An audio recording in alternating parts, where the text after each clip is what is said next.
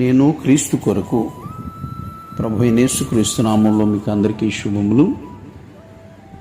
పాపం చేసిన వ్యక్తి ఆ పాపం వలన బాధ వచ్చినప్పుడు ఏడ్చును, పాప ఫలితమును గూర్చి ఏడ్చును కానీ నేను పాపం చేసి తినే అని ఏడవడు అంటూ దేవదాసయ్య గారు చెప్పారు.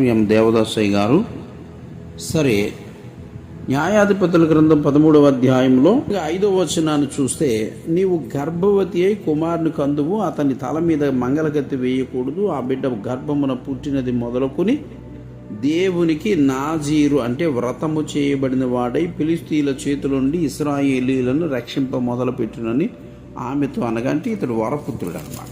సరే, పెద్దయ్యాడు, అన్నీ బాగానే జరుగుతున్నాయి, తన బలం బాగుంది, మంగళకత్తి వేయటం లేదు. కానీ 16వ అధ్యాయంలోకి వస్తే 4-5 వచనాల్లో, పిమ్మట అతడు షోరేకు లోయలోనున్న దెలీలా అను స్త్రీని మోహింపగా ఫిలిష్తీయుల సర్దార్లు ఆమె యొద్దకు వచ్చి ఆమెతో, నీవు అతని లాలన చేసి అతని గొప్ప బలము దేనిలోనున్నదో మేము ఎలాగో అతను గెలవవచ్చునో తెలుసుకున్నాము. మేము అతను బంధించి అతని గర్వమును అనుపుదుము, అప్పుడు మాలో ప్రతి వాడును 1,100 వెండి నాణెములను నీకు ఇచ్చేదమని చెప్పిరి.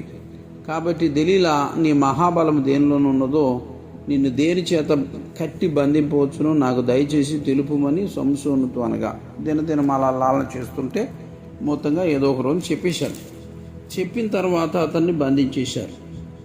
16వ అధ్యాయంలోకి వచ్చి 24-25 వచనాలు చూస్తే, జనులు సంసోనును చూచినప్పుడు, మన దేశమును పాడు చేసిన వాడును మనలో అనేకులను చంపిన వాడునైనా మన శత్రువుని మన దేవత మన చేతికి అప్పగించి ఉన్నదని చెప్పుకొనుచు తమ దేవతను స్తుతించిరి. వారి హృదయంలో సంతోషముతో నిండి ఉండగా వారు, మనము పరిహాసము చేయుటకు సంసోనును పిలిపించదు రండి అని సంసోనును బందీ గృహము నుండి పిలువనంపిరి. వారు అతని చూచి గుడి స్తంభముల మధ్యన అతను నిలువబెట్టి పరిహాసము చేయగా, సో ఇలాగయ్యేసరికి అతని ఏడుపు మొదలవుద్ది.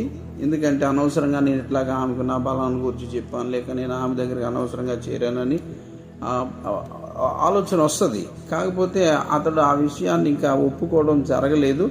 కాకపోతే చివరిని మాత్రం దేవుణ్ణి నాకు కాస్తంత బలం ఇయ్యి, నేను వీళ్ళతో పాటు ఫిలిష్తీయులతో పాటు చచ్చిపోతానని అడిగి రిక్వెస్ట్ చేసి బలాన్ని పొందుకుని ఆ గుడి అంతా పడగొట్టగలిగాడు అన్నమాట.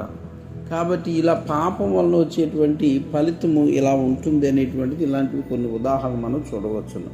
దేవుడి మాటలను దీవించి మనందరి ఆత్మీయ జీవితాలను వెలిగించునుగాక.